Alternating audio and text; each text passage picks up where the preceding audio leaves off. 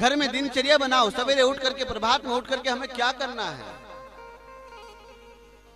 प्रभात में उठ करके सबसे पहला हमारा कर्म होना चाहिए, जैसे ही बिस्तर से उठे और बिस्तर से उठ करके जैसे ही अपने आसन पर बैठे तो क्या करते हैं, दोनों हाथ को लेकर के, हाथ का मेल साहब, क्या करते हो मेल साहब? नहीं, करागरे वस्ते लक्ष्मी, अपने हाथों में माता लक्ष्मी का दर्शन करो। आगे, कर मध्य सरस्वती, हे मां शारदा हमारा कल्याण करो। और कर मूले तू गोविंदम, हे गिरधारी मेरे हाथों में विराजमान होकर के हृदय तक निवास करो।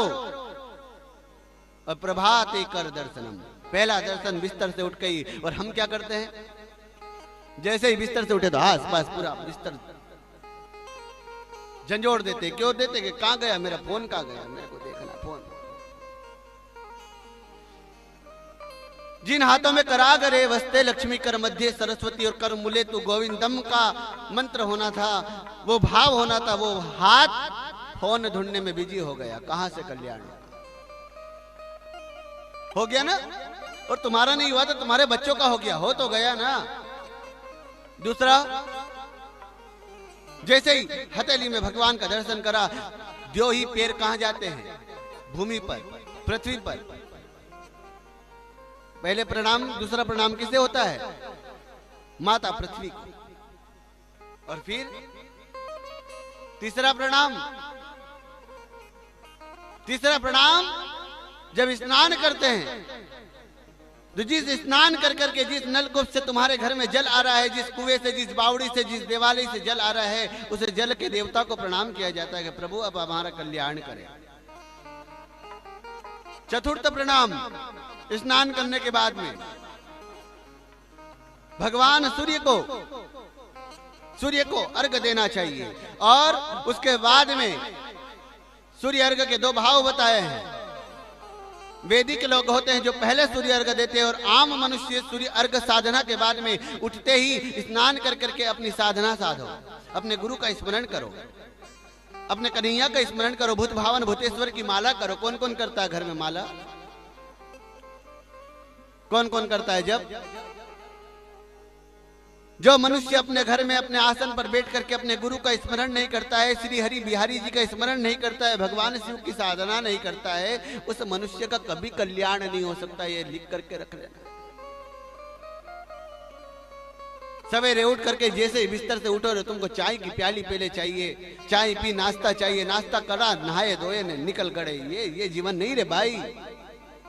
जीवन तो वो है कि उठ कर करके ये नियम अपनाए, साधना करो, और साधना करने के बाद में फिर परमात्मा का स्मरण करो। स्मरण करने के बाद में माता पिता के चरणों को दंडवत प्रणाम करो। कौन कौन करता है? कौन है जो अपनी सास के पांवों के अंदर जाकर घुटना माथा टिकाती है?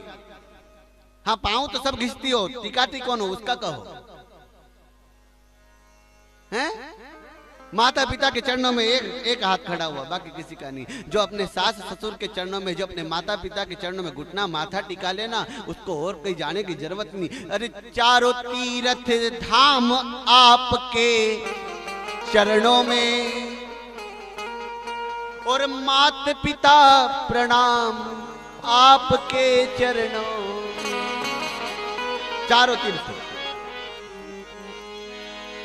जो उठ करके अपने माता पिता को स्मरण कर लेता है, प्रणाम कर लेता है। और प्रणाम कैसे, वो विचार करने वाला विषय।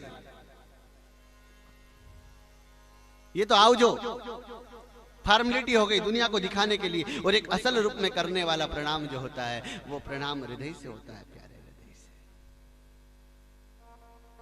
और प्रणाम ध्यान रखना, लिख लो, कागज में उतार लो। प्रणाम जो इस तरीके से करता है ना, उसी का कल्याण। नहीं तो तुम दिन रात किसी को भी कितना भी झुक लो, वो प्रणाम है ही नहीं, और उसका परिणाम आना ही नहीं है। रोना पड़ेगा। तुम जितने भी यूं झुके हो ना, केवल कमर तोड़ी है, फायदा नहीं है, फायदा है ही नहीं। प्रणाम तो वो है जो घुटना माथा टेक कर करके किया जाता है, हृदय से किया जाता है। और कैसे? हाथी जोड़े विनती करूं। मैं भी आपसे कर रहा हूं। कैसे करते हैं? जैसे आज आए थे ना हम, तो रथ में बैठे तो कोई 50 का नोट, कोई 100 का नोट, कोई 500 का नोट लेकर घुमा घुमा कर उतार रही थी। अरे वो नजर नहीं है। संतों को काहे की नजर लगे जो तुम हमारी नजर उतारो? तुम तो साधु संत महात्मा को माथा टेक लो, प्रणाम कर लो, ठाकुर जी को धोख लगा लो, वो सबसे बड़ी नजर है। तुम्हारी नजर उतारो ना, तुम उनके माथे अपना मस्तक उनके चरण में झुकाओगी तो तुम्हारी नजर उतरेगी। संतों की नजर उतारी नहीं जाती है, उनके सामने अपनी नजर उतराई जाती है। और वो उतराई कैसे जाएगी? अपना माथा टेक करके।